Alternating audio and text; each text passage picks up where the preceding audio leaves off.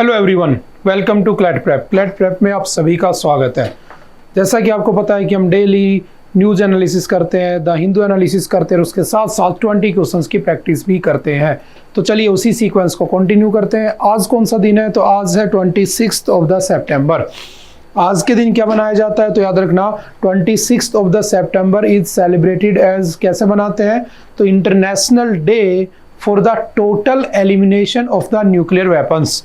मतलब क्या है कि जितने भी दुनिया भर में न्यूक्लियर वेपन्स है ना, उन सारे न्यूक्लियर वेपन्स का क्या करना चाहिए? हमें एलिमिनेट करना चाहिए उनको, यानी कि उनका यूज नहीं होना चाहिए। फॉर एग्जांपल आपने बहुत सारी ट्रीटीज के बारे में सुना होगा, एनपीटी है ना, नॉन प्रोलिफरेशन ट्रीटी।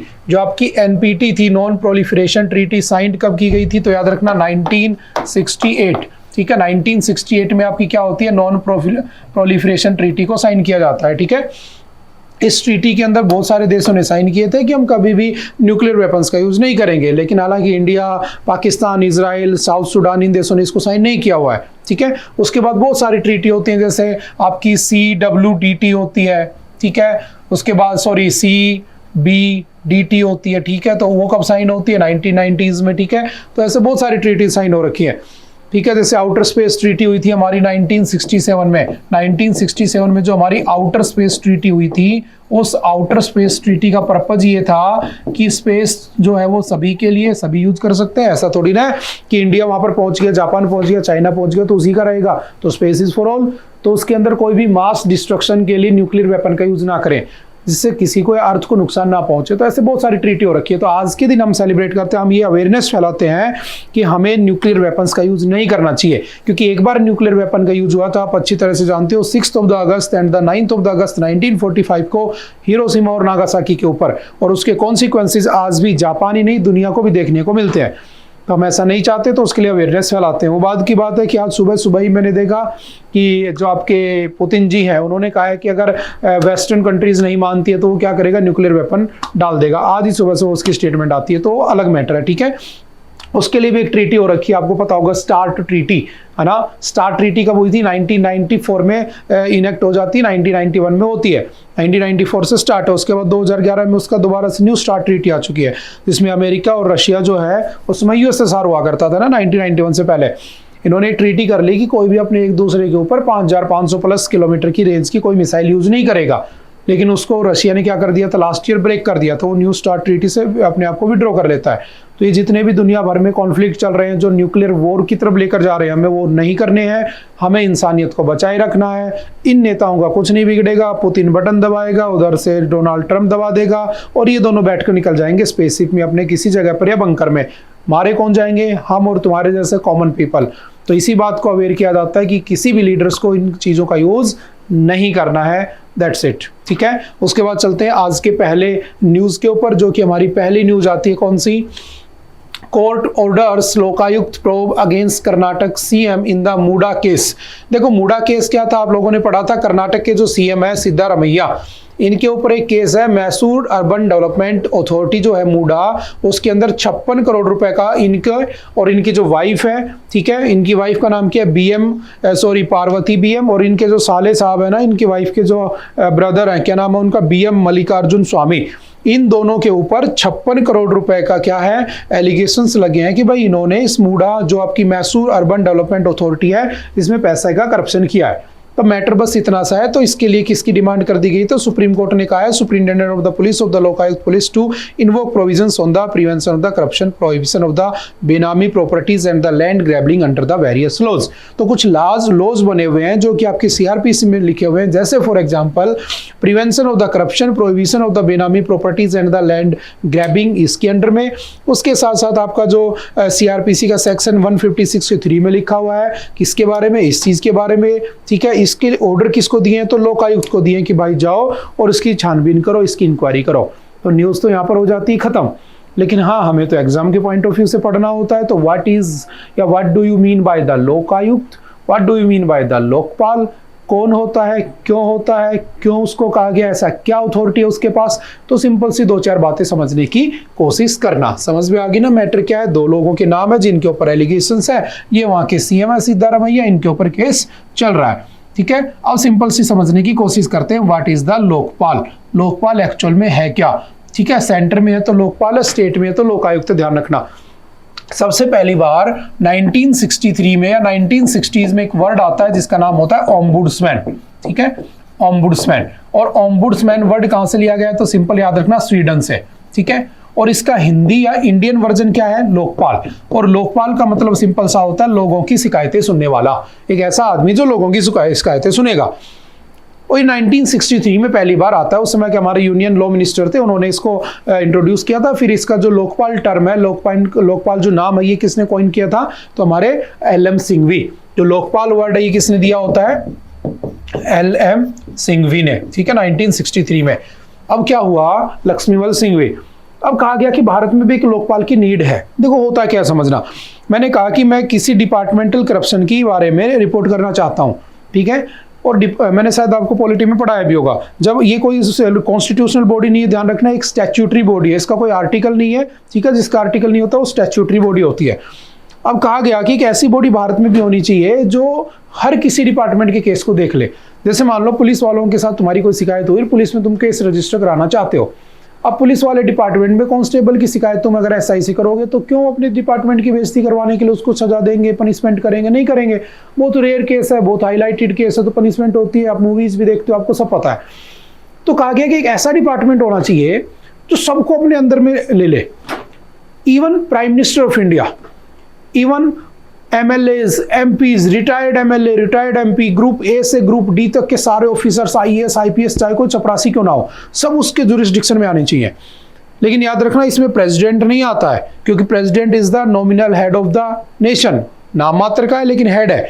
उसके पास लीगल इम्यूनिटी होती है, आर्टिकल 361। आप उस पर क्रिमिनल केस और सिविल केस रजिस्टर नहीं कर सकते, क्रिमिनल केस तो होता ही नहीं है। सिविल केस के मैटर में आपको कम से कम 2 महीने पहले उसे बताना होगा। तो गवर्नर एंड प्रेसिडेंट इनको साइड में रख दिया गया, बाकी सबके ऊपर ही एप्लीकेबल होता है। तो कहा गया एक ऐसा लॉ होना चाहिए, एक ऐसी बॉडी होनी चाहिए, तो नाम आया लोकपाल। समझ गए। आज तक ये बिल कब पास हुआ था, 2013 में, Lokpal and the Lokayukta act 2013। इससे पहले ये 10 बार आ चुका था, कभी किसी ने इसको पास ही नहीं किया, क्योंकि इतनी खतरनाक बॉडी कोई पास ही नहीं करेगा। क्यों, देखो इसका कहा गया, कुछ बातें लिख लेना, इसका जो मैक्सिमम टेन्योर है ना, यानी कि मैक्सिमम टाइम जो लेगा ये आपका डिसीजन देने में, वो रहेगा 12 महीने, 12 मंथ। और जो मिनिमम टाइम रहेगा ना, वो रहेगा इसका 3 महीने, यानी कि कम से कम 3 महीने में और ज्यादा से ज्यादा 12 महीने में डिसीजन दे देगा। दूसरी बात आती है इसके जुरिस्डिक्शन में कौन कौन आता है, तो मैंने कहा पीएम आता है, ठीक है, एमपी आते हैं, एमएलए आते हैं, चाहे रिटायर्ड हो चाहे करंट हो। आपके जितने भी फॉरेन ऑफिसर्स होते हैं, जो विदेश के अंदर ऑफिशियल्स लगे हुए हैं ना, एम्बेसडर है, जो भी हैं, ठीक है। आपके जितने भी कह सकता हूं कि जो आपकी सेंट्रल गवर्नमेंट है उसके A group, B group, C group, D group, जितने भी एम्प्लॉय सारे आते हैं, इन सबको क्या कर सकता है, अपने जुरिस्डिक्शन में ले सकता है। अगर आपने इनके खिलाफ कोई शिकायत इसमें दर्ज करा दी, रिपोर्ट कर दी, तो इनको क्या कर दिया जाएगा, पनिशमेंट देकर जेल में डाल सकता है। तो इसकी पावर तो आप समझ चुके हो, इसलिए इसको आज तक कंप्लीटली बनाया ही नहीं गया है। तो इसके अंदर जो एक हेड होगा, उस हेड को क्या कह देते हैं, लोकपाल। बात समझ में आ रही है ना। लोकपाल के किसको कह देते हैं, जो हेड होता है, यानी कि लोगों की शिकायतें सुनने वाला। फिर दूसरी बात आती है कि और कौन होता है, तो टोटल इसमें याद रखना 8 मेंबर होते हैं। इसके अलावा 4 मेंबर अलग होते हैं, 4 अलग होते हैं। 4 मेंबर कहां से होते हैं, तो याद रखना फ्रॉम द जुडिशियल बैकग्राउंड। उनका जो बैकग्राउंड है वो जुडिशियल बैकग्राउंड होना चाहिए, यानी कि लॉयर, जज, ये सब होने चाहिए। और जो लोकपाल होता है ना, वो लोकपाल कौन होता है, या तो वो सुप्रीम कोर्ट का रिटायर्ड सीजीआई होना चाहिए, या सुप्रीम कोर्ट का कोई रिटायर्ड जज होना चाहिए, है ना। सुप्रीम कोर्ट के लेवल का कोई जज होता है, उसी को बनाते हैं, ठीक है। क्यों, क्योंकि आपको पता है कि judiciary must be separated from the, किससे सेपरेट होती है, एग्जीक्यूटिव से। आर्टिकल 50 आप जानते हो ना, दोनों 50-50 रहते हैं, अलग अलग रहते हैं। तो एक ऐसे बंदे को बनाना है जिसका पॉलिटिकल टच ना हो, और 8 के 8 बंदों का किसी के साथ कोई पॉलिटिकल टच नहीं होता है। इस बात को भी थोड़ा सा ध्यान रखना, ठीक है। अब क्या हुआ, बाकी 4 कौन होते हैं, एक होता है एससी से, एक होता है एसटी डिपार्टमेंट से, एक होता है ओबीसी डिपार्टमेंट से, और एक होता है जनरल से। जनरल से नहीं होता है, ध्यान रखना, ठीक है, कहीं तुम एससी एसटी ओबीसी में जनरल भी लगा दो। एक होता है वुमेन एम्पावरमेंट से, यानी कि वुमेन के डिपार्टमेंट से। 4 ये जनरल यहां से आ सकता है, तो टोटल हो गए 8, एक हो गया वो 9 हो गए, ठीक है। करेगा क्या, लोगों की शिकायतें सुनेगा, आप समझ चुके हो। दिक्कत क्या है इसमें, 3 से 12 महीने, ये भी आप जानते हो। एक दिक्कत क्या है इसके अंदर, कि आपने सुना होगा ऑडियो एंड वीडियो। ऑडियो और जो वीडियो होती है ना, उसको प्रूफ नहीं माना जाता, उसको सेकेंडरी एविडेंस मान लेते हैं। ये आपका प्राइमरी एविडेंस मान के उस पर काम करेगा। एक दिक्कत ये आती है कि अगर आपने फर्जी शिकायत कर दी इसमें, तो आपको कम से कम अगर आपने फर्जी इंफॉर्मेशन इसको दे दी किसी के बारे में कि मैंने उसको देखा, उसने करप्शन किया, उसके ऊपर कार्रवाई हो, तो इसके ऊपर याद रखना 1 लाख रुपए का फाइन होता है प्लस 1 ईयर की उसको क्या हो जाती है, जेल हो जाती है। ये बात भी ध्यान रखना। अब इसकी एक लिमिटेशन ये है कि ये 7 साल से पुराने केस को नहीं देखता। कौन से केसेस को हैंडल नहीं करता? That are older than 7 year old, जो 7 साल पुराने होते हैं, 7 साल पुराने होते हैं, उनको नहीं देखता है। तो आज तक क्यों नहीं आया? 10 बार बिल लाया जा चुका था। पहली बार 1968 में लोकसभा ने पास भी कर दिया था, लेकिन आज तक बना नहीं था। कांग्रेस ने जाते जाते 2013 में पास कर दिया, एक्ट बना दिया, लेकिन आज तक ये कंप्लीट बॉडी नहीं बनी है, ध्यान रखना। इसका जो एट प्रेजेंट जो लोकपाल है, अभी के टाइम पर जो लोकपाल है वो कौन है? तो अजय मानिकराव, मैंने लिखवाया भी होगा क्लासरूम में, अजय मानिकराव खानविलकर। कौन होते हैं? अजय मानिकराव खानविलकर अभी बने हुए हैं। इससे पहले कौन थे? तो इससे पहले याद रखना कौन थे? Justice Pradeep Kumar Mohanty, justice Pradeep Kumar Mohanty. ठीक है, ये आपके कब बने थे? मई 2022 में बने थे। अब इनको बना दिया गया। आप मुझे कमेंट करके बताना who was the first Lokpal of India. पहला लोकपाल किसे बनाया गया था? ठीक है, ये आपका पहला घर का क्वेश्चन है। देखते हैं कौन कौन आंसर कर पाता है। बात समझ में आ रही है ना? क्या होता है लोकपाल, जुरिस्डिक्शन क्या होता है? ये हो गया सेंटर पे।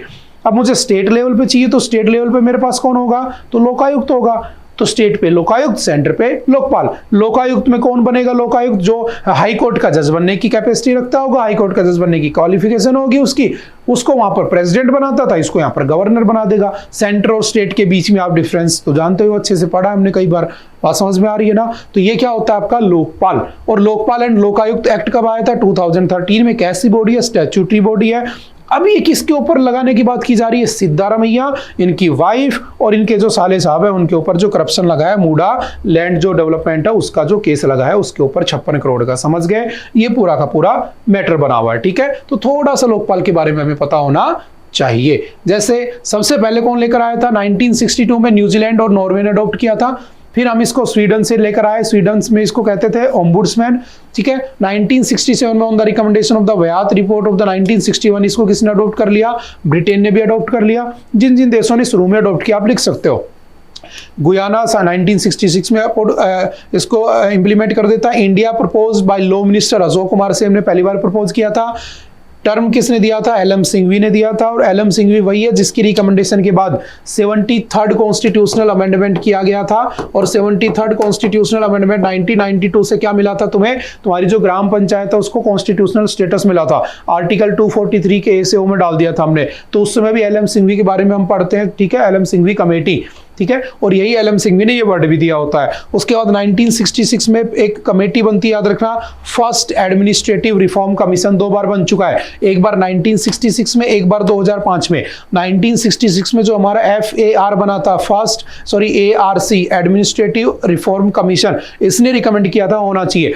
फिर इसकी रिकमेंडेशन के बाद 1968 में क्या किया गया? लोकसभा में पास कर दिया गया। ठीक है, सीक्वेंस याद रखना। फिर 2002 में MN Venkatachaliah recommended in the appointment commission, इसके अपॉइंटमेंट की बात करता है। ठीक है, फिर 2005 में जो सेकंड ARC होती है वो भी इसको कहा जाता है। कौन होते हैं उसके हेड? वीरप्पा मोइली उसके हेड होते हैं। फिर 2011 में प्रणब मुखर्जी ने भी एक कमेटी बनाई होती है, रिकमेंड किया होता है। फिर 2013 के अंदर इसको एक्सेप्ट कर लिया जाता है। क्यों? क्योंकि 2012 में एक इंडिया अगेंस्ट करप्शन मूवमेंट होता है। अन्ना हजारे याद है क्या? जहां से बाबा रामदेव और अन्ना हजारे, अरविंद केजरीवाल, ये सारे वहीं के प्रोडक्ट है ना। अन्ना हजारे की वजह से सारे निकल के आए थे। एक आम आदमी पार्टी के नाम से दिल्ली की सरकार बना ली, एक ने पतंजलि के नाम से अपना बहुत बड़ा एम्पायर खड़ा कर लिया। ठीक है, और उसी समय मैंने आपको एक केस भी बताया था, याद करो, आर्टिकल 21 राइट टू स्लीप, सोने का अधिकार है ना। बाबा रामदेव बहुत हुड़दंग मचा रहे थे उस समय ना, कि करप्शन लाएंगे, काला धन लाएंगे, ये करेंगे, वो करेंगे, 35 रुपए पेट्रोल देंगे, बहुत सारी चीजें होती हैं। अल्टीमेटली क्या होता है? दिल्ली पुलिस किसके पास आती है? सेंटर के पास। सेंटर में कौन थी? कांग्रेस। कांग्रेस ने एक रात क्या किया? कार्रवाई की, दिल्ली पुलिस पहुंची, लोगों को पीटना, भगाना शुरू किया, अरेस्ट करना। बाबा रामदेव ने देखा कि एक लेडीज के कपड़े पड़े थे, कपड़े सूट सलवार पहन के भाग गया। और आपको पता है कि वुमेन को वुमेन ही अरेस्ट कर सकती है, रात को 6 से सुबह 6 बजे तक अरेस्ट नहीं किया जाता है। तो अल्टीमेटली पुलिस वालों को लगा कोई महिला है, उसको छोड़ दिया। और उस दिन बाबा रामदेव अपनी इज्जत बचाकर भाग गए, आज तक बचाए रखे हैं। ठीक है, अभी लग रहा था कि बीच में गड़बड़ हो सकती है ना वोटों के टाइम पे, तो उन्होंने अपनी बातें भी बदल ली थी, आप सभी लोग जानते होंगे। ठीक है, तो वहीं से राइट टू स्लीप का कॉन्सेप्ट भी आता है। ठीक है, और ये सब बातें आप जानते हैं। ठीक है, तो सिंपल से याद रखना। और उसके बाद क्या हुआ?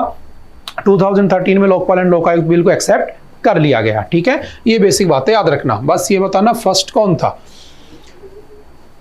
Kashmir conflict, the political divide between national parties and the regional parties. देखो हुआ क्या, अभी आपको पता है कि 2019 से पहले एक आर्टिकल था, आर्टिकल 370। इस आर्टिकल 370 को 2019 में हटा दिया गया, और जैसे हटा तो जम्मू एंड कश्मीर के दो टुकड़े हो गए, एक बन गया आपका जम्मू कश्मीर और दूसरा बन गया आपका लद्दाख। ठीक है, अब जब लद्दाख बन गया तो इस जम्मू कश्मीर में 5 लोकसभा सीटें बना दी गई, लद्दाख में 1 लोकसभा सीटें बना दी गई, और दोनों को क्या बना दिया गया, यूनियन टेरिटरी, यूटी बना दिया गया। पहले क्या था इसके पास, तो पहले याद रखना स्पेशल स्टेट का स्टेटस था, स्पेशल स्टेट का स्टेटस था। देखो हुआ क्या था समझना, जब इंडिया इंडिपेंडेंट हुआ था ना, थोड़ी सी कहानी समझना इसकी। जब इंडिया इंडिपेंडेंट हुआ था तो मैंने कहा कि मान लो ये तुम्हारा क्या बना हुआ है, इंडिया, यहाँ पर क्या है, जम्मू एंड कश्मीर। ठीक है, यहाँ पर गुजरात के अंदर एक जगह पड़ती थी। ठीक है, हुआ क्या कि यहाँ पर आपके जम्मू कश्मीर, ठीक है, और यहाँ पर आपके गुजरात में, ठीक है, हुआ क्या कि इस जगह एक इलाका था जूनागढ़, क्या कहते थे उसको, जूनागढ़। इस जूनागढ़ के अंदर सारे के सारे कौन थे, तो सारे के सारे जूनागढ़ में कौन थे, हिंदू। ठीक है, समझना पूरी कहानी। और राजा कौन था, मुस्लिम था, है ना। और यहां पर क्या था, जम्मू कश्मीर में सारे के सारे कौन थे, मुस्लिम, लेकिन यहाँ का राजा कौन था, वो हिंदू था। क्या नाम था उसका, हरि सिंह, आपने नाम सुना होगा, हरि सिंह। ठीक है, अब क्या हुआ, ये डिस्प्यूट हुआ कि ये कहां जाएंगे, कहा गया था ना जो जाना चाहता है चला जाए। अब लोगों की इच्छा होगी, हम जम्मू कश्मीर को जाने नहीं देना चाहते थे, तो मोहम्मद अली जिन्ना और पंडित नेहरू बैठे। पंडित नेहरू ने एक प्रपोजल दिया कि वोटिंग करवा लेते हैं, लोग जिधर पसंद करेंगे उधर करा देंगे। जिन्ना मान गया, बोले पहली वोटिंग कराएंगे कहाँ पे, जूनागढ़। जूनागढ़ में वोट हुआ, हिंदू सारे, राजा मुस्लिम, तो कह दिया भारत में रहेंगे, मिला दिया, हो गया इंडिया में मर्ज। बात आई जम्मू कश्मीर की, पंडित नेहरू मुकर गए, बोले ऐसे तो कोई बात ही नहीं हुई थी, अब तो वोटिंग कराएंगे। अब पाकिस्तान को लगा कि हमारे साथ धोखा हो रहा है, उन्होंने अटैक मार दिया किसके ऊपर, जम्मू कश्मीर के ऊपर। जम्मू कश्मीर का राजा कौन था, हरि सिंह, वो रातों रात अपने सामान लेकर पहुंचा दिल्ली और साइन कर दिया कि भारत किसको दे दिया, जम्मू कश्मीर किसको दे दिया, भारत को दे दिया। अब कहा गया कि कॉन्स्टिट्यूशन तो बन रहा था, आपको पता है कि 11 दिसंबर 1946 को पहली कॉन्स्टिट्यूशनल की फर्स्ट मीटिंग होती है, फिर सेकंड उसकी 11 दिसंबर को, तीसरी 13 दिसंबर को, तो फर्स्ट 9 दिसंबर को मीटिंग होती है, तब से बनना शुरू होता है। 9 दिसंबर से सच्चिदानंद सिन्हा जो हेड बनते हैं। अब उस समय 1947 में पंगा हुआ तो पता चला कि अब क्या किया जाए, तो कॉन्स्टिट्यूशन तो बन रहा था, तो जबरदस्त एक आर्टिकल 370 डाल दिया गया, और 370 के अंदर स्पेशल स्टेटस दे दिया गया। कह दिया गया जम्मू कश्मीर की पूरी जो देख रेख है ना, वो सेंटर के पास रहेगी, हर चीज ये स्टेट करेगा, एक स्पेशल स्टेट रहेगा, इसका खुद का कॉन्स्टिट्यूशन होगा, इसका खुद का फ्लैग होगा, इसको सारी की सारी पावर दे दी गई, स्टेटहुड दे दिया गया। लेकिन 3 चीजें किसके पास रहेंगी, सेंटर के पास। कौन कौन सी याद रखना, एक तो आपका कौन सा, डिफेंस, एक तो आपका डिफेंस, ठीक है, कहीं वो पाकिस्तान में ना मिल जाए जाके, ठीक है, रातों रात। एक इसके अंदर क्या रहेगा आपका, फॉरेन अफेयर्स, ठीक है, फॉरेन अफेयर्स, ठीक है, वो कौन देखेगा, सेंटर देखेगा। और एक आपका कौन सा था, तो टेलीकम्युनिकेशन, ये जो 3 चीजें हैं ये सेंटर के पास रहेंगी, बाकी इसको दे दो। धीरे धीरे टाइम चलता रहा, कश्मीरी पंडित, वो सारा इश्यू होता रहा, आ गया 2019। और जैसे 2019 आया तो हमने 370 को हटा दिया, और जैसे 370 को हटाया तो उसके साथ साथ आर्टिकल 35 का ए भी हटा होता है, ध्यान रखना। जैसे इन दोनों को हटाया गया तो अब क्या होगा, अब अल्टीमेटली क्या होगा, 370 हट गया तो अब उसको कहा तुम्हें यूटी बना देते हैं, तो उन्हें यूटी बना दिया। अब बीजेपी ने कहा कि हम तुम्हें वापस स्टेट बना देंगे, लेकिन कब बना देंगे कोई गारंटी नहीं है, ठीक है। कांग्रेस ने कहा कि अगर हम आते हैं तो हम आपको वापस क्या बना देंगे, स्टेट बना देंगे एज सुन एज पॉसिबल। लेकिन ये न्यूज वही कह रही है, वहां की जो लोकल पार्टीज, आई थिंक ये बातें समझ में आ गई होंगी ना, उस वहां की जो लोकल पार्टीज है, जैसे आपकी नेशनल कॉन्फ्रेंस एनसी, ठीक है, उसके साथ साथ पीपल्स डेमोक्रेटिक पार्टी एनडीपी, ये कह रहे हैं कि अगर हम आए तो रिस्टोरिंग द स्टेटहुड लेकर आएंगे and restraining the dialogue with the Pakistan के साथ अपने डायलॉग भी स्टार्ट कर देंगे। ये कह रहे हैं कि हम क्या करेंगे, 370 को भी रिस्टोर कर देंगे, 35 के को भी रिस्टोर कर देंगे। तो लोकल पार्टीज का ये कहना है। कांग्रेस ने अलायंस किया है किसके साथ, तो आपकी एनसी के साथ, नेशनल कॉन्फ्रेंस के साथ। कांग्रेस का ये कहना है कि हम 370 नहीं हटाएंगे, लेकिन हाँ स्टेटहुड का स्टेटस तुम्हें जल्दी दिला देंगे। बीजेपी का क्या स्टेटस है, तो बीजेपी वहां पे कह रही है कि हम तुम्हें स्टेटहुड का स्टेटस दिला देंगे, लेकिन कब देंगे वो पता नहीं है, ठीक है। तो इसी बात के ऊपर वहां पर इस बार क्या हो रही है, वोटिंग भी हो रही है। 57% लोगों ने सेकंड फेज में अच्छे से वोटिंग भी की है इस बार। तो देखते हैं होता क्या, 10 साल बाद पहली बार वोट हो रहा है, कैसे, एज ए यूटी।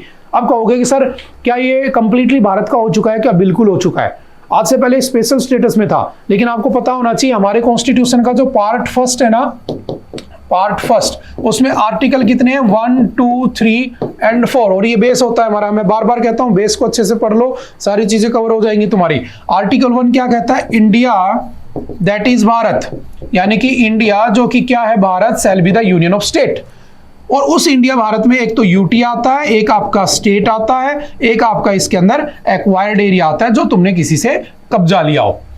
लेकिन इससे पहले स्पेशल स्टेट में था, तो हमने इसको क्या किया 370 को हटाकर पार्ट 1 में एज ए यूटी जोड़ दिया, तो अभी भारत का पार्ट हो चुका है।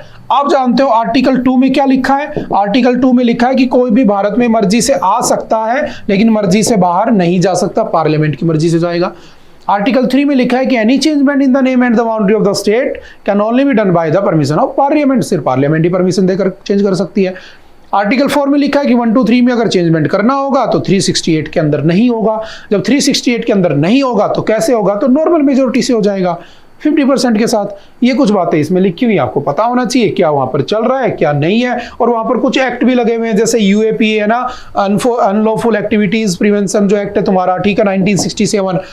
ये कहा गया लोकल पार्टीज ने कि हम आएंगे तो इसको हटा देंगे, हम आएंगे तो सरकार के जो यूथ जो है, जो वहाँ के यूथ जो है उनके हिसाब से यूथ हमारे हिसाब से टेररिस्ट है ना, उन लोगों को जेल से निकाल देंगे। तो ये सारे के सारे मुद्दे वहां पर उठाए जा रहे हैं, ठीक है। तो सिंपल सा ध्यान रखना, 2-4 बातें आपको सीखने को मिली होंगी एटलीस्ट, ठीक है। जैसे ड्राफ्ट किसने ड्राफ्ट किया था आर्टिकल 370, तो याद रखना N Gopalaswami Ayyangar. And Gopalaswami Ayyangar कौन थे, तो आपकी ड्राफ्टिंग कमेटी के हेड थे, सॉरी ड्राफ्टिंग कमेटी के एक मेंबर थे। आपको पता है आपकी जो ड्राफ्टिंग कमेटी है वो कब बनाई गई थी ड्राफ्टिंग कमेटी, तो याद रखना 29 अगस्त 1947। इसने अपनी रिपोर्ट कब दी थी, तो 21 फेब 1948। इसमें टोटल 7 आदमी थे। एक कौन था, डॉक्टर भीमराव अंबेडकर। डॉक्टर भीमराव अंबेडकर जो कि ड्राफ्टिंग कमेटी के हेड थे, इसलिए हम उनको क्या कहते हैं, father of Indian constitution, and he is also known as the Manu of modern India. Modern India का मनु भी कह देते हैं, ठीक है। तो 4 बातें याद रखना। एक इसके टोटल 6 मेंबर और होते हैं। एक होता है के.एम. मुंशी कांग्रेस से, ठीक है, मोहम्मद शाहदुल्ला फ्रॉम मुस्लिम लीग। एक होता है गोपाल स्वामी, कृष्ण स्वामी, माधव स्वामी एंड टी.टी. कृष्णाचारी। उन्हीं में से जो गोपाल स्वामी अयंगर थे, उन्होंने क्या किया था, ड्राफ्ट तैयार किया था आर्टिकल 370 का। ये बातें ध्यान रखना, ठीक है। आपसे एक पूछ लेता है कौन सा मेंबर ड्राफ्टिंग कमेटी का मेंबर था, कौन सा नहीं था, किस टी.टी. कृष्णाचारी ने किसको रिप्लेस किया था, डी.पी. खेतान को, और आपके बी.एल. मित्र को किसने रिप्लेस किया था, तो आपके माधव राव ने रिप्लेस किया था, ठीक है। ये बातें हम पढ़ चुके हैं क्लासरूम में, ठीक है, ध्यान रखना। कॉन्स्टिट्यूशन अलग होगा, उसका फ्लैग अलग होगा, ऑटोनॉमी अलग होगी, 3 चीजों को छोड़कर मैं लिखवा चुका हूँ ना, telecommunication, foreign affairs and the defence, वो हमारे सेंटर के पास रहेंगे। लोकसभा में 5 सीटें दे दी, राज्यसभा उसमें लद्दाख में 1 सीट दे दी उसको, और आर्टिकल 1 में उसको ऐड कर दिया, जैसे मैंने अभी समझाया। तो 2-4 बातें याद रखना, ठीक है। उसके बाद चलते हैं next, how global warming affects forecasting. देखो ग्लोबल वार्मिंग जो है ना, फोरकास्टिंग को कैसे अफेक्ट करती है। जैसे कि मेट्रोलॉजिस्ट जो होते हैं, आपको पता है, सिंपल सा समझना, आपको आती हैं सारी चीजें, जस्ट मैं आपको रिकॉल करवा देता हूँ। IMD इंडियन मेट्रोलॉजिकल डिपार्टमेंट कब बना होता है, 1875 में। एक होता है WMO है ना, वर्ल्ड मेट्रोलॉजिकल डिपार्टमेंट ऑर्गेनाइजेशन, ये आप जानते हो। होता क्या है, ये वेदर फोरकास्ट करते हैं कि भाई आज से 2 घंटे बाद, आपका मैसेज आता है ना कि in coming next 3 to 6 hours आपके इलाके में ना, जयपुर, बांदा, चाकसू, झालावाड़ है ना, इन इलाकों में भारी बारिश के साथ, भारी बारिश एवं गर्जना के साथ बारिश हो सकती है, ऐसा लिखा होता है ना। तो ये फोरकास्ट मैक्सिमम टाइम 90% गलत ही होता है।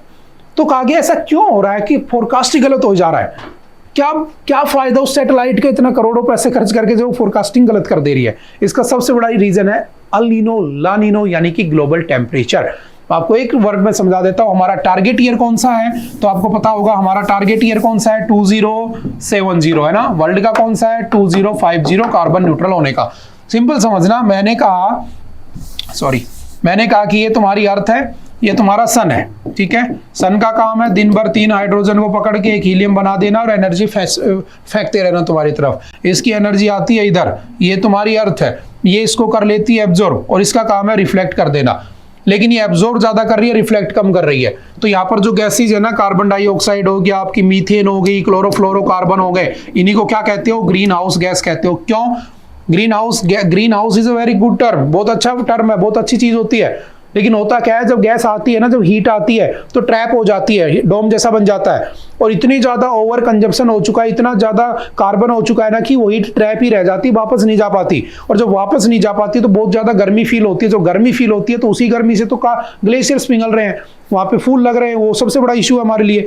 तो कहा गया कि इसको कैसे किया जाए, तो सबसे अच्छा तरीका है फॉरेस्टेशन कर दो, पेड़ लगा दो। क्योंकि पेड़ का क्या काम होता है, अगर मैंने कहा कि ये मान लो एक पेड़ है, ठीक है, फॉर एग्जांपल पीपल का पेड़, और ये तुम यहाँ पर खड़े हुए हो, ठीक है।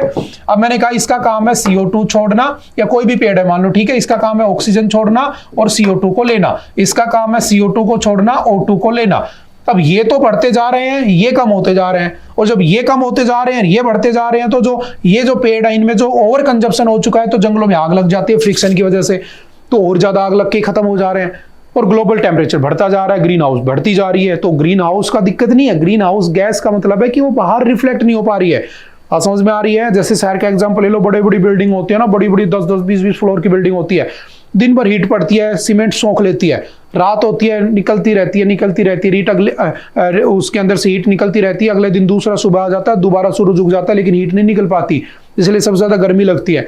गांव में चले जाओ, छोटे छोटे घर रहेंगे, दूर दूर घर रहेंगे, दिन भर हीट आएगी, रात को रिफ्लेक्ट हो जाएगी। जून जुलाई के महीने में भी सर्दी लगेगी रात को आपको, क्यों? Reflection of the heat. ये सबसे बड़ा इशू है।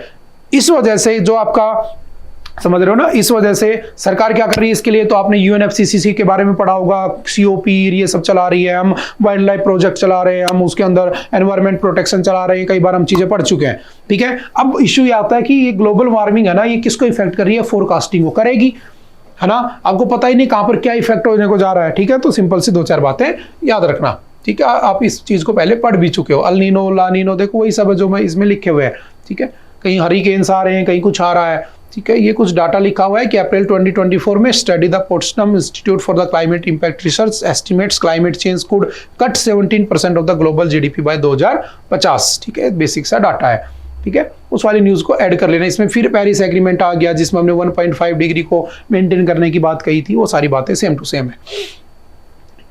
Cabinet gives nod to 2602 crore wild life habitats development scheme. देखो एक स्कीम थी जिसका नाम था wild life habitats development scheme. कब आती है? तो याद रखना, आपकी सेंट्रली स्पॉन्सर्ड स्कीम है। इसकी मिनिस्ट्री कौन सी है? Ministry of environment, forest and climate change ministry है, ठीक है। किसके लिए? प्रोटेक्शन ऑफ वाइल्ड लाइफ के लिए, जंगल के जो जंगली जीव उनकी प्रोटेक्शन के लिए आती है। प्रोजेक्ट टाइगर 1973 इसको भी यही देखती है, ठीक है। 18 स्टेट में फैला है। प्रोजेक्ट चीता आप जानते हो, नामीबिया वहां से लेकर आए थे, कुना में रखा था, उसको भी यही देखती है। Development of wild life habitats, इसमें प्रोजेक्ट डॉल्फिन और प्रोजेक्ट लॉइन को भी यही देखती है। तो मुझे बताना प्रोजेक्ट डॉल्फिन कब चला था, प्रोजेक्ट लॉइन कब चला था, ये आपका घर का क्वेश्चन है। प्रोजेक्ट एलिफेंट 1992, 1993 में पहला बनता है। एलिफेंट रिजर्व कहाँ पे? सिंहभूम झारखंड के अंदर, ठीक है। और एलिफेंट आप जानते हो क्या है? हमारा नेशनल हेरिटेज एनिमल है ना, विरासत का वाला पशु है। कब बना था? 2010 में। ये भी कुछ बेसिक पॉइंट याद रखना। एलिफेंट कब बना होता है? 2010 में नेशनल हेरिटेज एनिमल बनाया था हमने, ठीक है। एड्रेसिंग ह्यूमन एनिमल कॉन्फ्लिक्ट जो होते हैं उसको भी कौन देखता है? तो यही देखता है। कितने स्टेट में? 22 स्टेट में एलिफेंट रिजर्व आपके बने हुए हैं, ठीक है। तो सिंपल से इन सबको देखने की एक स्कीम है, उसके लिए कितने पैसे? 2602 करोड़ रुपए आ गए हैं, ठीक है। ये सारी चीजें हम जानते हैं। वाइल्ड लाइफ प्रोटेक्शन एक्ट 1972 है ना। टाइगर रिजर्व स्टार्ट हुआ, 50 साल पूरे हो गए लास्ट ईयर। भारत में 55 टाइगर रिजर्व हैं। लेटेस्ट अभी धौलपुर करौली बना है। वो सारी चीजें हम बार बार पढ़ते भी रहते हैं, ठीक है। हम चलते हैं नेक्स्ट। जैसे components of the integrated development of wild life habitats इस स्कीम का नाम है, ठीक है। Protection of wild life outside protected areas, ये सब इसमें लिखा हुआ है। India surpasses Japan to become third powerful country in Asia for the first time. देखो ये बहुत अच्छी न्यूज है कि जो आपका इंडिया है ना, वो आपके चाइना को भी क्या कर चुका है, सॉरी जापान को भी क्या कर चुका है, पार कर चुका है, और third most powerful country in the Asia बन चुका है। तो एक रिपोर्ट आई है, सिंपल सा फैक्चुअल डाटा याद रखना, जो लेकर कौन आया? By the Sydney based Loewi institute इसको लाता है, हर साल लाता है। 2018 से एनुअली हर साल आ रही है, 2018 से सारे डाटा लिखते रहना, ठीक है। 26 कंट्रीज इसमें पार्टिसिपेट करती हैं, ठीक है। 128 इंडिकेटर्स को इसमें मापा जाता है। इकोनॉमिक कैपेबिलिटी में भारत 17.5 है। मिलिट्री कैपेबिलिटी में भारत की ये रैंक है, परसेंटेज रेजिलियंस में इतना है। ये सब भारत के डाटा है, सिंपल सा पढ़ लेना। बस एग्जाम के पॉइंट ऑफ व्यू से क्या याद रखना चाहिए, तो इसने किसको पास कर दिया? जापान को। और पहली बार हम किस पे आ चुके हैं? उससे आगे। जैसे कि मान लो पहले नंबर पे कौन है? US है विद 81.7 पावर स्कोर। दूसरे पे चाइना है 72.7, तीनों को याद रखना, टॉप 3 को। तीसरे नंबर पे कौन है? जापान, ठीक है, तीसरे पे कौन है? जापान, सिंपल सा याद रखना। सॉरी, तीसरे पे कौन है? इंडिया, चौथे पे जापान है। इंडिया कितना है? 39.1, तो इंडिया थर्ड पे, दूसरे पे चाइना, पहले पे यूएस, सिंपल सा याद करके छोड़ देना, ठीक है। समझ गए? ये सारी लिस्ट बनी हुई है, ये पूरा का पूरा एशिया के। हाँ, इसके जो मेंबर्स हो बाहर से भी ध्यान रखना, यूएसए वगैरह कहीं आप सोच रहे हो यहाँ से क्यों ले लिया, ये कुछ मैप बना हुआ है, इसके अंदर एक बार देख सकते हैं, ठीक है।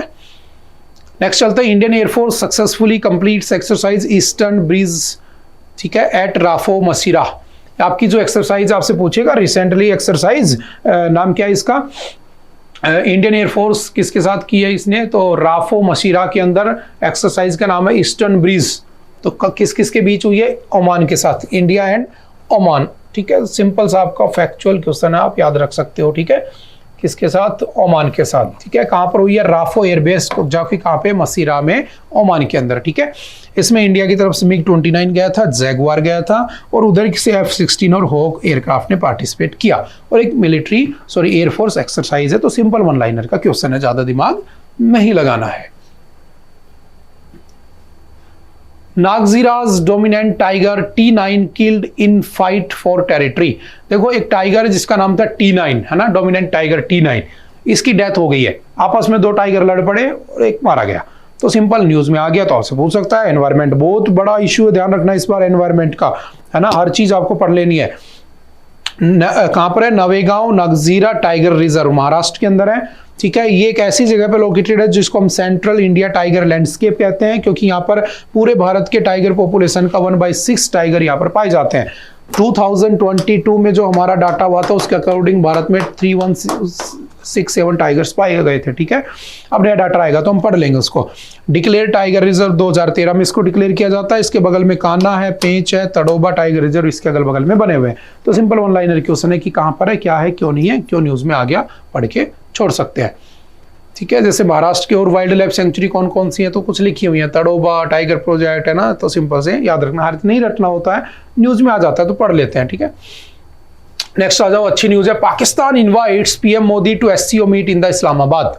सबसे पहले पाकिस्तान जानते हो भारत से अलग हुआ था, भारत का पड़ोसी शुभचिंतक है भारत का, है ना, अच्छे से जानते हो तुम, बहुत बड़ा शुभचिंतक है। उसके बाद मोदी जी, ये भी भारत के बहुत बड़े शुभचिंतक हैं, ठीक है। SCO, आपका SCO का मतलब क्या है? संघाई कॉरपोरेशन कहाँ पर ऑर्गेनाइजेशन, कब मीटिंग हुई? इस्लामाबाद में। किसने इनवाइट किया? मोदी जी को पाकिस्तान ने इनवाइट किया कि आओ पार्टिसिपेट करते हैं। तो सिंपल समझना, व्हाट इज SCO। SCO कब बना होता है तो याद रखना 2001 में बना था। इसके अंदर टोटल कितने मेंबर हैं तो इसमें 8 लिखे हुए हैं। ये +1 कितने हो चुके हैं? 10 मेंबर हो चुके हैं। लास्ट ईयर 2023 में इसमें किसने ज्वाइन किया था तो ईरान ने ज्वाइन किया था, याद करना। और तो इस बार 2024 के अंदर किसने ऐड कर लिया इसके अंदर? बेलारूस इसमें आ चुका है। तो टोटल कितने हो चुके हैं? 10, ठीक है, सिंपल याद रखना, ठीक है। 1996 में संघाई 5 नाम से इसको तैयार किया गया था, जिसमें कजाकिस्तान था, चाइना था, किर्गिस्तान था, रशिया था, तजाकिस्तान था। India was not a founding member. Then when was India joined, तो इंडिया कब ज्वाइन करता है तो याद रखना इंडिया ज्वाइंड इन कौन से ईयर में? 2017 में, ठीक है। इंडिया और पाकिस्तान दोनों ज्वाइन करते हैं। पूछेगा when did India join the SCO meeting, तो कब ज्वाइन करता है? 2017, सिंपल याद रखना, ठीक है। उसके बाद आपके 2021 के अंदर क्या होता है? ईरान इसमें ऐड होगा और वो हेड हो चुका है, सिंपल सा याद रखना। अब 10 मेंबर हैं, पहले 8 थे, ईरान और बेलारूस उसमें आ चुके हैं। ये आपका करंट अपडेट है। अब ये कहाँ पर बुला रहे हैं मोदी जी को? इस्लामाबाद में बुला रहे हैं। तो जस्ट सिंपल सी न्यूज बनेगी। पाकिस्तान के बारे में तुम सब जानते हो, पाकिस्तान से हमारी बाउंड्री का नाम क्या है? रेड क्लिफ लाइन है। कब आजाद हुआ था तो हमसे 1947 में हुआ था, ठीक है। सारी बातें आप जानते हो, ठीक है। मोदी जी के बारे में सारी बातें जानते हो। हम बढ़ जाते हैं नेक्स्ट। जैसे इसके कौन कौन से मेंबर हैं तो एक बार फिर याद रखना, मैंने बार बार कहा है, जिसमें इंडिया हो और जिसके मेंबर 10 के आसपास हो, पढ़ लिया करो। पूछ लेता है, लास्ट ईयर पूछ लिया था G20 में कौन है कौन नहीं है। तो चाइना है, इंडिया है, कजाकिस्तान है, किर्गिस्तान है, रशिया है, पाकिस्तान है, तजाकिस्तान है, ईरान है और उज्बेकिस्तान है, ठीक है। 9 10, ठीक है, सिंपल सा याद रखना। उसके बाद चलते हैं नेक्स्ट। कौन सा डायलॉग पार्टनर्स कौन कौन से हैं तो Armenia, Azerbaijan, Cambodia, Sri Lanka, Turkey, Egypt, Nepal, Qatar and Saudi Arabia, इसके क्या है? डायलॉग पार्टनर्स हैं। नेक्स्ट कौन सा है? ADB। देखो ये भी न्यूज अच्छी है ना। ADB raises inflation view on food less on the early rate cut. देखो है क्या, समझना, व्हाट इज एडीबी? अगर मैं आपसे कहूँ वर्ल्ड बैंक क्या होता है, तो वर्ल्ड बैंक डेवलप्ड कंट्रीज को लोन देता है। 1944 में बना था, उसका प्रेसिडेंट है अजय बंगा, जानते हो। मैं कहूँ आईएमएफ क्या है? इंटरनेशनल मॉनेटरी फंड, 1944 में बना था, हेडक्वार्टर वाशिंगटन डीसी में है, क्रिस्टलिना जॉर्जिवा उसकी हेड है, ये डेवलपिंग कंट्रीज को पैसा देता है। अगर मैं कहूँ व्हाट इज एडीबी, तो एशियन डेवलपमेंट बैंक है, बना कब था? 1966 में, 68 मेंबर्स हैं। क्यों बना था? To promote the social and economical development in the Asia and Pacific. आपसे पूछेगा इसका दूसरा नाम क्या है, तो याद रखना वर्ल्ड बैंक ऑफ एशिया भी कहते हैं इसको। क्या कहते हैं? वर्ल्ड बैंक ऑफ एशिया भी कह देते हैं, ठीक है। आपसे पूछेगा इसमें कितने लोगों के शेयर है, तो जापान और यूएसए के मैक्सिमम 15.6% शेयर है, याद रखना, पूछा हुआ क्वेश्चन है। चाइना के 6.4 है, इंडिया के 6.3, ऑस्ट्रेलिया के 5.8, ये टॉप 5 इसके क्या हैं? शेयर होल्डर्स हैं। इसका हेडक्वार्टर कहाँ पे? मनीला, फिलीपींस में। इसका हेड कौन है, प्रेसिडेंट कौन है, तो आप जानते होंगे ना। चलो कमेंट करके बताना who is the current head of the current president of the Asian development bank, ठीक है। इसने बताया कि जो इन्फ्लेशन रेट है वो क्या होने वाली है? बढ़ने वाली है, ठीक है, जो कि 4.7% होने वाली है, 4.6% जो पहले इसने एस्टिमेट किया था, ठीक है। जीडीपी ग्रोथ जो थी पहले भारत की कितनी बताई थी इसने? 7.2%। अब ये कह रहा है कितनी होगी? 7%। तो सिंपल सा याद रखना, ठीक है। ग्लोबल फाइनेंशियल इंस्टीट्यूशंस, देखो ये वर्ल्ड बैंक का 1944 में बना था, ये आईएमएफ 1944, एडीबी 1966, एआईआईबी, ठीक है, एशियन इंफ्रास्ट्रक्चर इन्वेस्टमेंट बैंक, ये 2015 में। इसके मेंबर इतने हैं, इसके इतने हैं, इसके इतने हैं, इसके इतने हैं। इसके हेडक्वार्टर यहाँ पे वाशिंगटन डीसी, इसका है वाशिंगटन डीसी, इसका मनीला के अंदर है, ठीक है। तो सिंपल पढ़ सकते हो, इसका कहाँ पे? बीजिंग के अंदर। ये सारी चीजें इसमें लिखी हुई हैं, ठीक है। अच्छा, यहाँ पे एक वर्ड लिखा वीटो पावर, किसके पास है? यूएस के पास। याद रखना वीटो पावर क्या होती है? वीटो पावर का मतलब होता है जो ना हाँ करना, ना कि ना करना, है ना, सिंपल सा याद रखना। किस किस के पास है? 5 के पास, यूएसए के पास है, यूके के पास है, रशिया के पास है, फ्रांस के पास है, चाइना के पास है, ठीक है, वीटो पावर। उसके बाद चलते हैं next, the misplaced move of one nation one election. देखो वन नेशन वन इलेक्शन हम काफी बार पढ़ चुके हैं, ठीक है। वन नेशन वन इलेक्शन में मैंने बताया था रामनाथ कोविंद कमेटी की रिकमेंडेशन के ऊपर ये आता है। इसमें कहा जाता है कि एक साथ इलेक्शन हो जाने चाहिए, आपके लोकसभा के इलेक्शन और आपके विधानसभाओं के इलेक्शन एक साथ हो जाने चाहिए। लोकसभा तो चलो एक ही है, 543 सीट पे कर लोगे, विधानसभा तो दुनिया भर की है, कितनी है? तो लगभग 28 तो स्टेट है सीधे सीधे। तो अल्टीमेटली इतनी एक साथ इलेक्शन कराना पॉसिबल ही नहीं है। अगर पॉसिबल है तो उसमें पैसा तो बचेगा, लेकिन टाइम भी बचेगा, पैसा भी बचेगा, लेकिन बड़ा कॉम्प्लिकेटेड काम है। तो आपसे सिंपल, मैं काफी बार पढ़ा चुका हूं पहले, है ना, आपको याद भी होना चाहिए। रामनाथ कोविंद कमेटी की रिकमेंडेशन पे ये सब होता है। अब बात ये कह रहा है, इसको देख लेते हैं ना, ये क्या कहना चाहता है, बाकी हम पढ़ चुके हैं। The misplaced move of the one nation one, कह रहा है कि ये जो मूव है ना, ये अच्छा नहीं है, ये मिसप्लेस्ड हो चुका है, ये हो ही नहीं सकता। बिल्कुल सही कह रहा है। देखो, क्योंकि अगर तुम्हें वन नेशन वन इलेक्शन कराना है तो तुम्हें स्पेशल मेजोरिटी चाहिए। और स्पेशल मेजोरिटी का मतलब क्या है कि हमारे यहाँ पर जो कॉन्स्टिट्यूशनल अमेंडमेंट होता है ना, तो उसका एक आर्टिकल है, आर्टिकल 368। और आर्टिकल 368 में बेसिकली अगर मैं नॉर्मली कहूं तो कितने तरीके से अमेंडमेंट होता है? तो नॉर्मली 3 तरीके से। एक होता है नॉर्मल मेजोरिटी के साथ, ठीक है, नॉर्मल मेजोरिटी यानी कि 50% मेजोरिटी से हो जाएगा। एक होता है स्पेशल मेजोरिटी के साथ, ठीक है, स्पेशल मेजोरिटी कितनी होती है आपकी? 2/3। एक होता है आपका स्पेशल मेजोरिटी प्लस इसमें हाफ स्टेट्स की क्या चाहिए तुम्हें? परमिशन चाहिए, जैसे जीएसटी वगैरह में चाहिए थी। अब क्या हुआ, अगर 368 से होगा तो इन दोनों से माना जाएगा, इससे नहीं माना जाएगा। तो आर्टिकल 1, 2, 3 में इससे हो जाता है, मैंने बताया था आपको।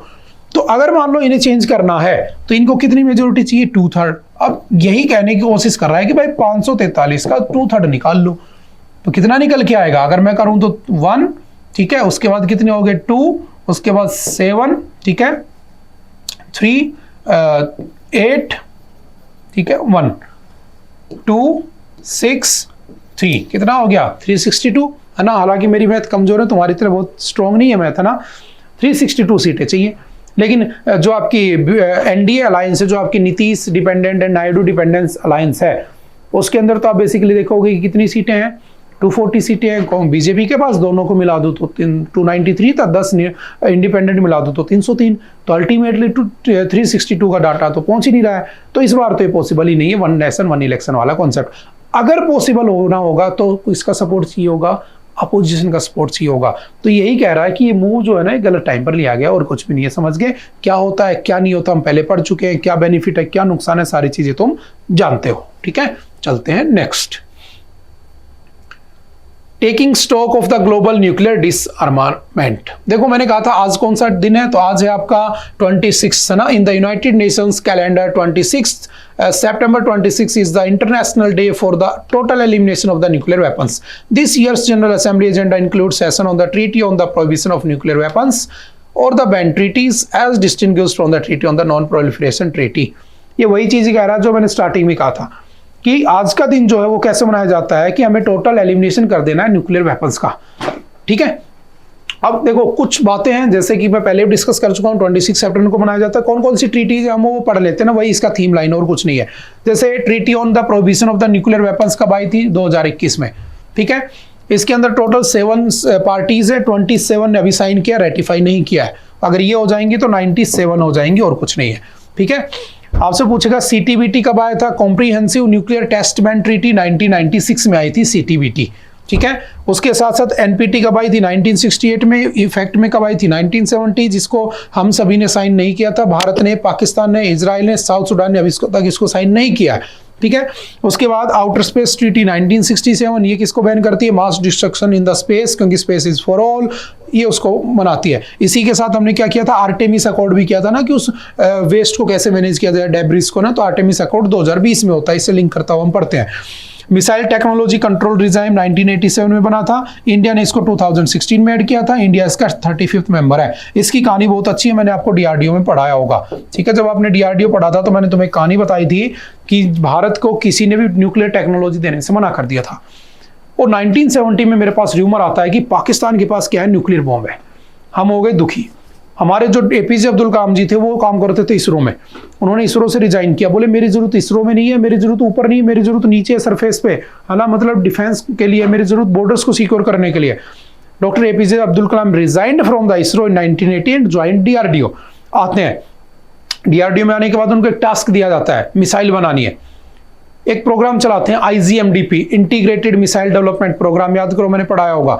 उस प्रोग्राम को 1983 में स्टार्ट किया जाता है, उस प्रोग्राम को 2008 में खत्म कर दिया जाता है।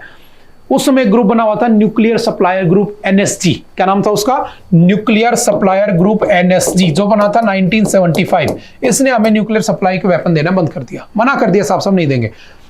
फिर बना 1987 में कौन सा, तो आपका एमटीसीआर बना, मिसाइल टेक्नोलॉजी कंट्रोल रिजाइम। ये इसी के ग्रुप के मेंबर थे और कोई नहीं थे। इन्होंने एक ग्रुप बना लिया मिसाइल टेक्नोलॉजी कंट्रोल रिजाइम, यानी कि हम वो देश हैं जो मिसाइल की टेक्नोलॉजी को कंट्रोल करते हैं। एंड दे डिनाइड अस, हमें मना कर दिया, हम नहीं देंगे। ठीक है, एपीजे अब्दुल कलाम जी ने बेड़ा उठाया, बनाना शुरू किया इंटीग्रेटेड मिसाइल डेवलपमेंट प्रोग्राम। एक तरफ था तुम्हारा ऑर्डिनेंस फैक्ट्री बोर्ड, जो 1712 में 1712 में बना था, कोलकाता में था, जो बंदूक बनाता था, बंदूक फैक्ट्री थी वो, गन फैक्ट्री। एक डीआरडीओ जो बन चुका था 1958 में, आज तक कुछ नहीं किया था, दोनों को इंटीग्रेट कर दिया और नाम रख दिया integrated missile development program IGMDP. काम शुरू हुआ 1983 में, प्रोजेक्ट शुरू हुआ और मिसाइलें बनाई गई पटना। तुम सब जानते हो, पृथ्वी, अग्नि, त्रिशूल, नाग एंड आकाश। आज हम क्या है, दुनिया भर में मिसाइल से क्या हो चुके हैं, एम्पावर्ड हो चुके हैं, है ना, हमें किसी की जरूरत नहीं है, दुनिया भर से अच्छी अच्छी मिसाइलें हमारे पास है। लेकिन 2016 में इंडिया ने किसको ज्वाइन कर लिया, एमटीसीआर ने। यानी कि एक वो जमाना था जब हमें उसने मना कर दिया था, एक वो जमाना था डॉक्टर एपीजे अब्दुल कलाम की वजह से उसने हमें बुलाया, इनवाइट किया और हमने ज्वाइन किया। बट हमारा दुर्भाग्य देखो, जब हमने ज्वाइन किया उससे 1 साल पहले, है ना, 1 साल पहले 2015 में हमारे जो मिसाइल मैन ऑफ इंडिया थे, क्या नाम था, डॉक्टर एपीजे अब्दुल कलाम, उनकी डेथ हो जाती है। वो आपके मेघालय में शिलोंग में क्या कर रहे थे, एक यूनिवर्सिटी में स्पीच दे रहे थे और स्पीच देते देते उनके हार्ट अटैक से या स्ट्रोक से डेथ हो जाती है। उसके 1 साल बाद हम क्या हो जाते हैं, एमटीसीआर में ऐड हो जाते हैं। और एमटीसीआर में आज तक 35 ही देश हैं, 35, चाइना उसमें नहीं है, ध्यान रखना। और लास्ट में हम ही ऐड हुए थे 2016 में। बात समझ में आ रही है, वो देश जो मिसाइल टेक्नोलॉजी को कंट्रोल करते हैं और आपस में इस टेक्नोलॉजी को शेयर कर सकते हैं। इसलिए तो हम जाना चाहते थे, हम शेयर कर ले, लेकिन उसने नहीं दिया तो हमने खुद बना लिया। बट पृथ्वी बनाई, अग्नि बनाई, त्रिशूल बनाई, नाग बनाई, आकाश बनाई, समझ गए, ये कुछ बातें याद रखना। और ये कह रहा है कि हमें क्या करना चाहिए, इन सब चीजों को एलिमिनेट करना चाहिए, हमें न्यूक्लियर वेपन का यूज नहीं करना चाहिए। जैसे इसमें एक ट्रीटी नहीं लिखी हुई है, स्टार्ट ट्रीटी, ठीक है, कब से काम करती है, 1994 से, साइन हो गई थी 1991 में, इसका दोबारा से मॉडिफाई किया गया था 2011 में। और इस स्टार्ट ट्रीटी किस किस के बीच में थी, यूएसए और यूएसएसआर, यानी कि आपका फेवरेट रशिया सभी का, है ना। इन दोनों के बीच में थी और कह दिया गया कोई भी ऐसी मिसाइल नहीं चलाएंगे जो 5500 किलोमीटर प्लस में जाती हो। लेकिन लास्ट ईयर क्या हुआ, रशिया यूक्रेन की लड़ाई चल रही थी नाटो की वजह से, आप अच्छे से जानते हो, तो रशिया ने इससे विड्रॉ कर लिया। और आज ही रशिया ने क्या कहा कि मैं वेस्ट के ऊपर न्यूक्लियर वेपन छोड़ सकता हूं। तो एक तरफ हम बात कर रहे हैं कि भाई मत करो, एलिमिनेशन है, यूनाइटेड नेशन में इसको सेलिब्रेट किया जा रहा है। एक तरफ वो कह रहा है कि मैं तो तैयार बैठा हूं, कभी भी बटन दबा दूंगा। ठीक है, जैसे नॉर्थ कोरिया वाला कहता है एक बैग लेके घूमता रहता है, जब मन करेगा बटन दबा दूंगा, सेम वही कहानी है। समझ गए? आई थिंक कुछ बातें आपको समझ में आई होंगी। चलिए आगे मूव कर जाते हैं। आई थिंक आज के लिए इतना ही था। आई होप कि आपको चीज़ें समझ में आई होंगी। फिर भी अगर कोई डाउट रहता है तो आप पूछ सकते हो। ठीक है, हालांकि ऐसा होता नहीं है, फिर भी अगर होता है तो आप पूछ सकते हो। Okay, bye bye, thank you, have a nice day.